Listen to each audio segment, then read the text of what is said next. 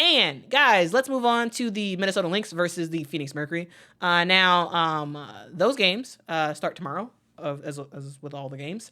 That first game starts at 4 p.m. on tomorrow, which is Sunday, September the 22nd. Game 2 is on Wednesday, September the 25th at 8:30 p.m. And game 3 will be on Friday, TBD on the exact time of that game. Now, you may be wondering, who are the Minnesota Lynx? Who are they?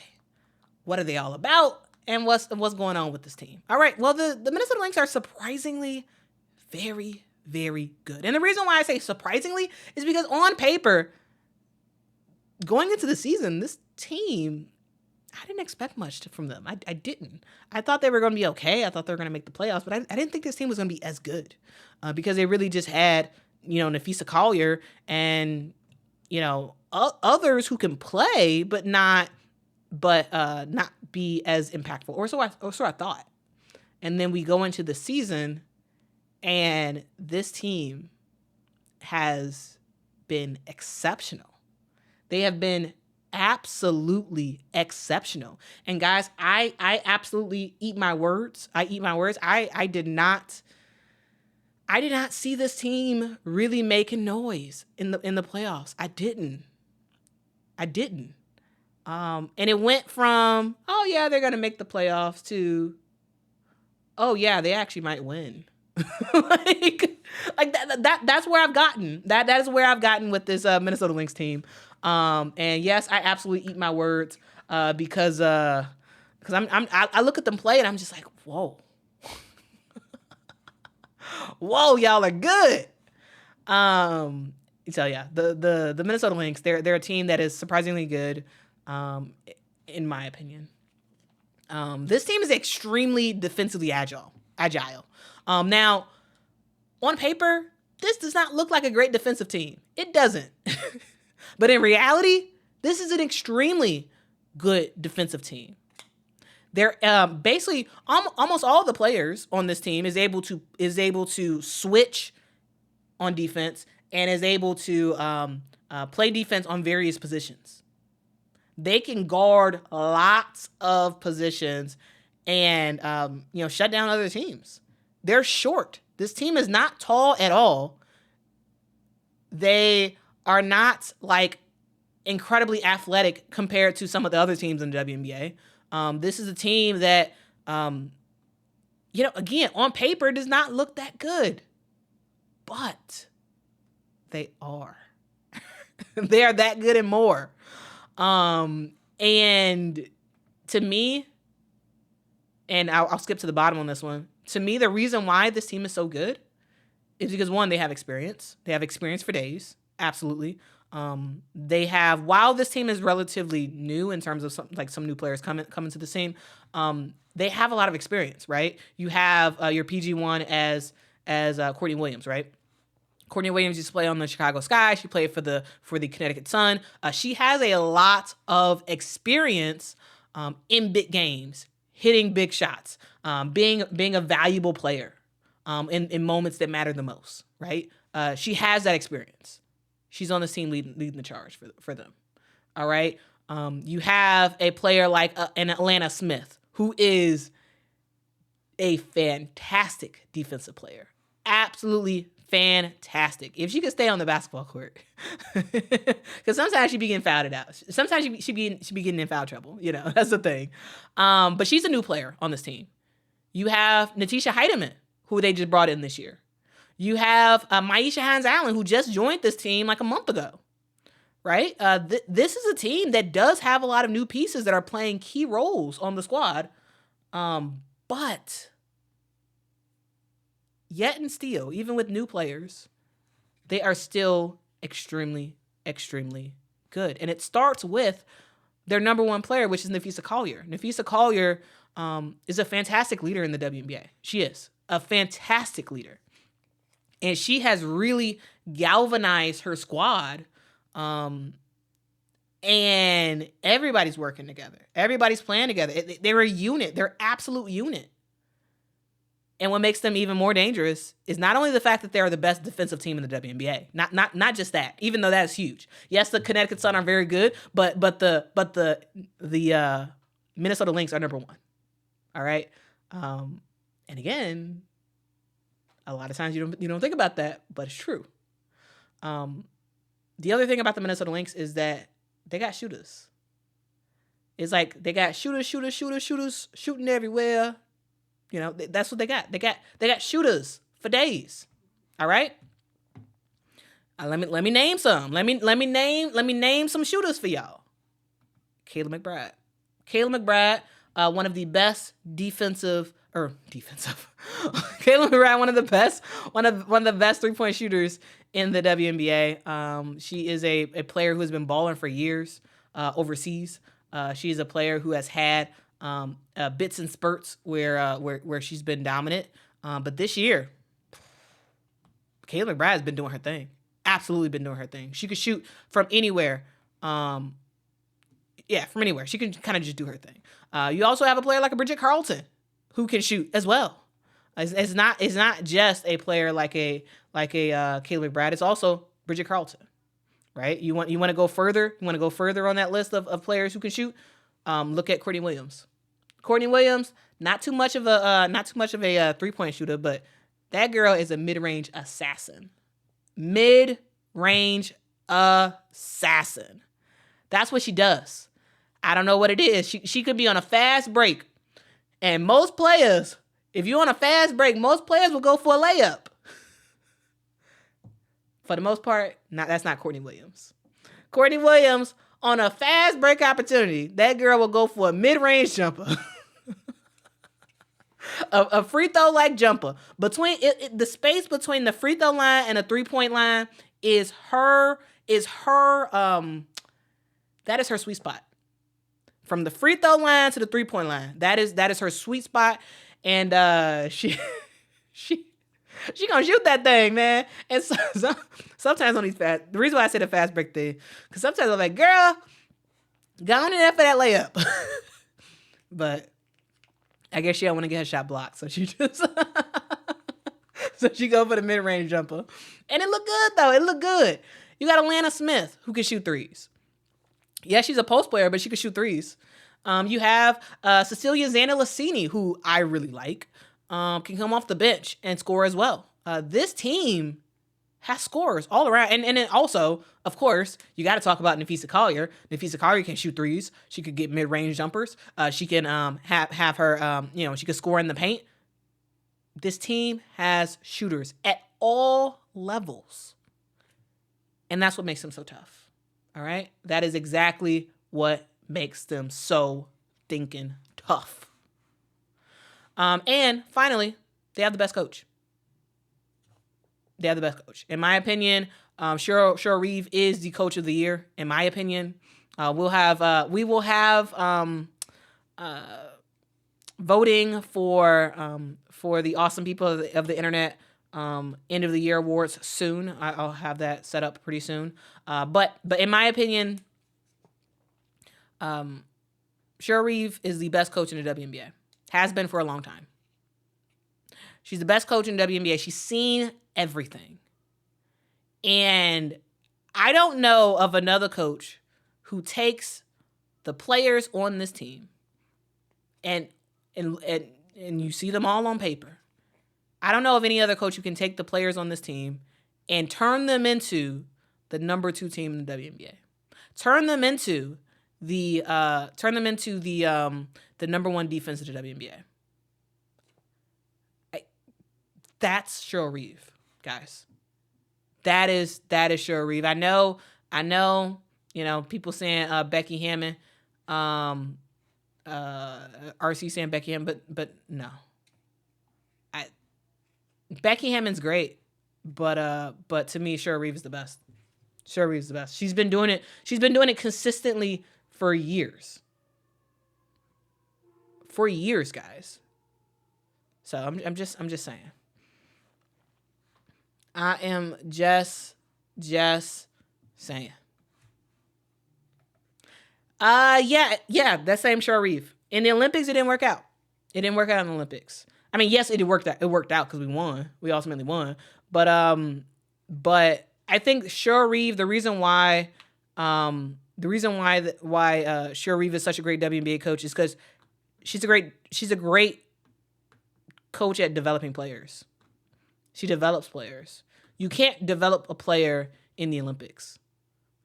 They are the way they are, and you could try to maximize it as much as you can. You can, so yeah, I would say there was stuff to be desired for the Olympics. However,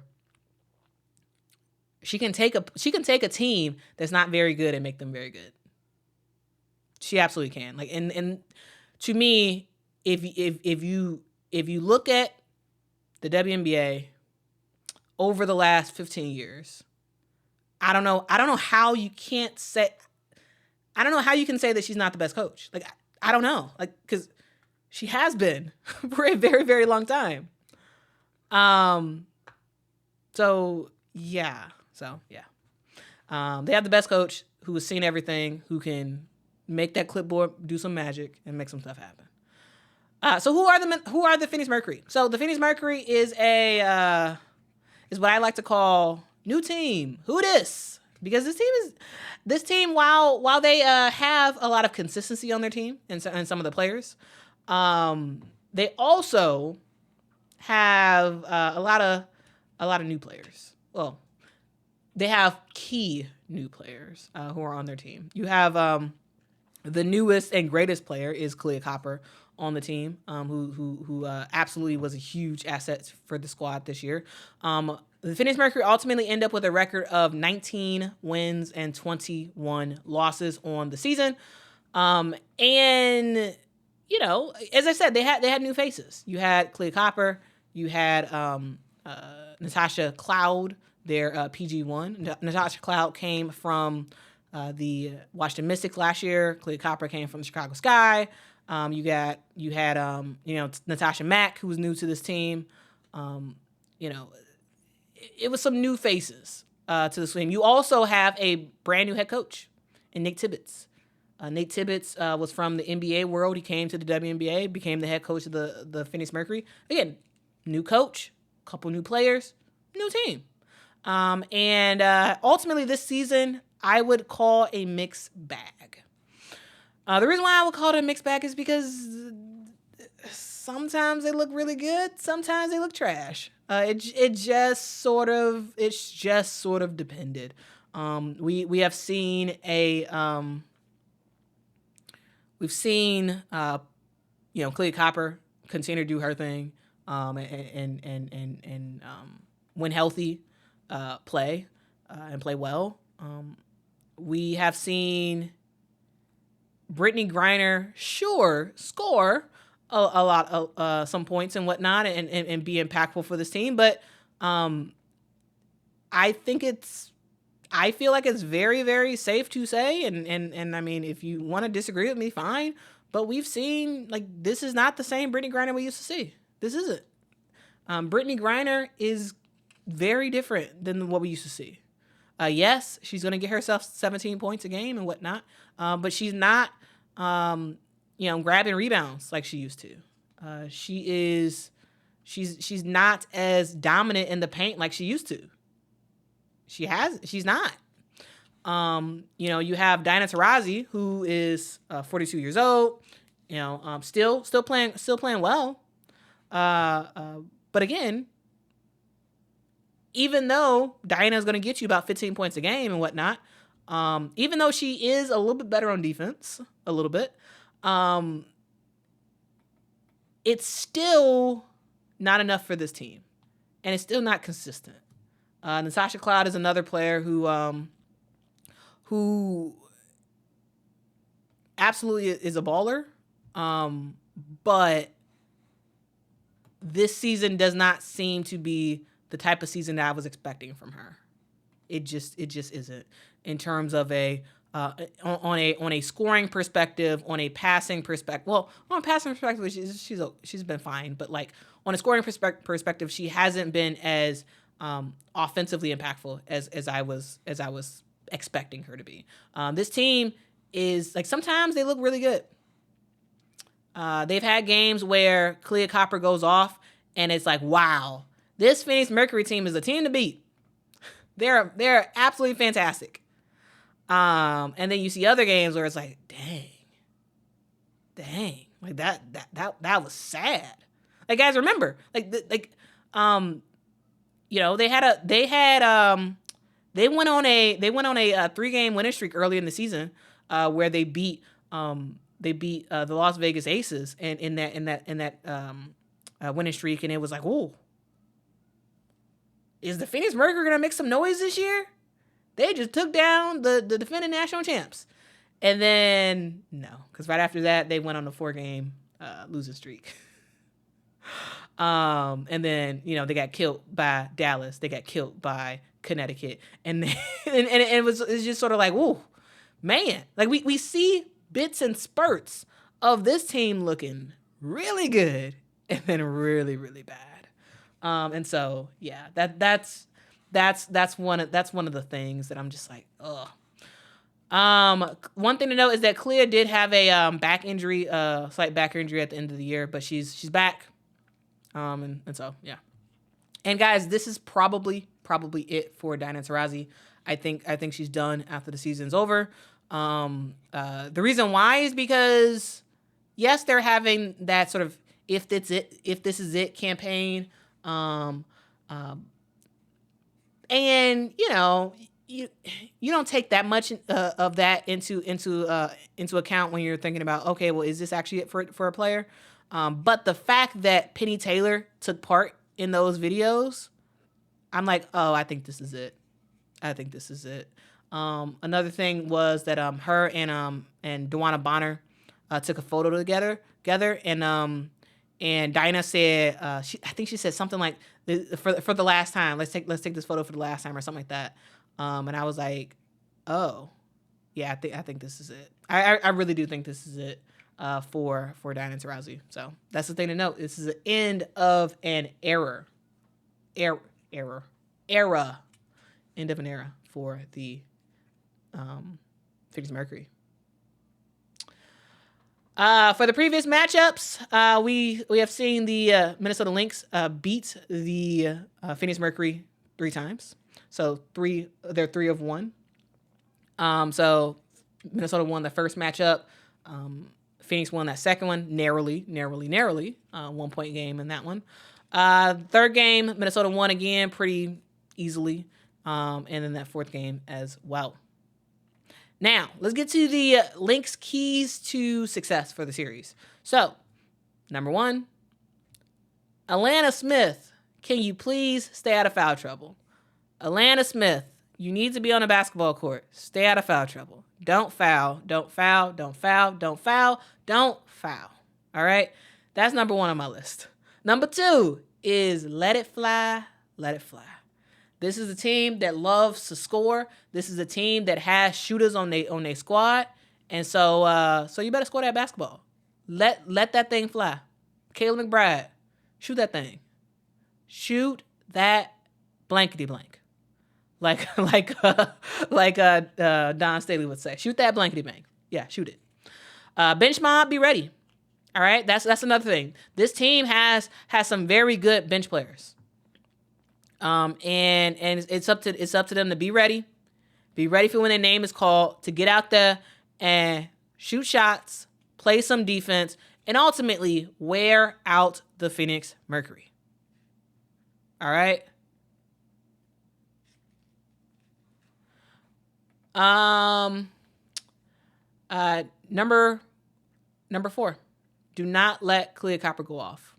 Don't let them go off. Do not let her go off at all. This is a team that their success, if they're gonna win this series, it's gonna be from Clea Copper. Clea Copper is going to be the person who gets them to win the series, because she has to go off for a lot of points. And so, what's important? Sure, let Diana score whatever. Let Diana score. That's fine. But don't let Clea Copper go off. Don't let her go off. You better hold that girl to about 25 points. No more. And that's a lot. 25 points is a lot. But in order for the Phoenix Mercury to win, she needs to score 30 plus points. So hold her to 25 points at the maximum. And after that, that's fine. And Nafisa Collier, you better lead your team, girl. She's been a leader for this team the whole year. She's been absolutely sort of being the settling force for the squad. And in the playoffs, I look for her to do the same exact thing. Continue to be the leader that we all know you are, and continue to do your thing both on the offensive and defensive end. Because yes, Nafisa Collier is absolutely in the running still for Defensive Player of the Year. Absolutely, in my opinion. Guys, if y'all could please hit that like button, that really, really does help the channel out a whole lot. Thank you so much, Alyssa. Hit that like button for me one time. All right. Now, for the Phoenix Mercury, keys to success in this series. Keys to success is to sit down on defense. The Minnesota Lynx is a team that can score. They can absolutely score the basketball. And so, Phoenix Mercury, y'all, you better play the best defense you've ever played in your life. All right? You better play some fantastic, fan-freaking-tastic defense. You need championship Brittany Griner to show up. All right? We need close to double-double by Brittany Griner. We need closer to 19 points, 20 points from Brittany Griner. And we need her to be a huge force on the defensive end. Absolutely need that. Clea Copper needs to play out of her mind. If this Phoenix Mercury team is going to win the series, she has to play out of her mind. That means 35 points, if not more. That means you are getting yourself to the free throw line as many times as possible. And you are making stuff happen. And we need 42 to be the new 22. Diana Taurasi is an older player. She's about to retire, probably at the end of the season, but we'll see. And this team absolutely needs her to be the younger version of her. She needs to be the Diana Taurasi of 20 years ago. That has energy for days, and that can shoot that basketball, and that can really light it up on the offensive end. That's what they need, okay? And Nate Tibbetts has to work that clipboard magic. Yes, he's a new coach in the WNBA, but he gotta work up some magic. He has to. If you gotta have a magical clipboard to beat a WNBA mind that is Cheryl Reeve. You have to. And so Nate Tibbetts, you better get to work, man. You better get to work. So guys, what do y'all predict about this game? This series? Ultimately, who do y'all think will win it? Well, if you're asking me, I'm going to say the Minnesota Lynx in 2. I do believe they win this series, and they don't have much of a problem with it. I don't see this game going to 3 games at all. I don't. I don't think this is a 3-game series at all. It's a 2-game series, and we will see this team make it into the semifinals pretty easily. DW says 42 needs to be the new 22. Like what you did there.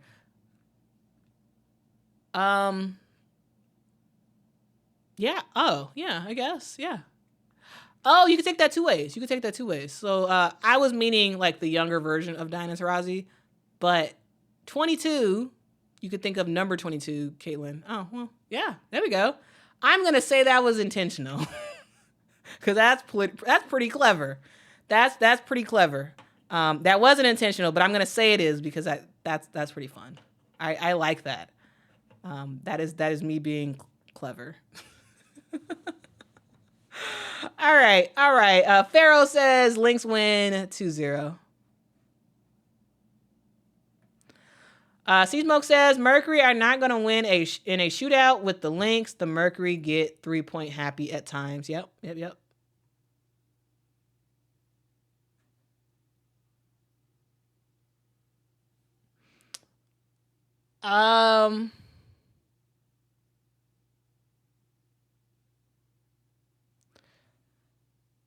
So anyway, let's continue on. Let's continue on to the final matchup, guys. We have been going for a long time. I thank y'all so much for rocking with me.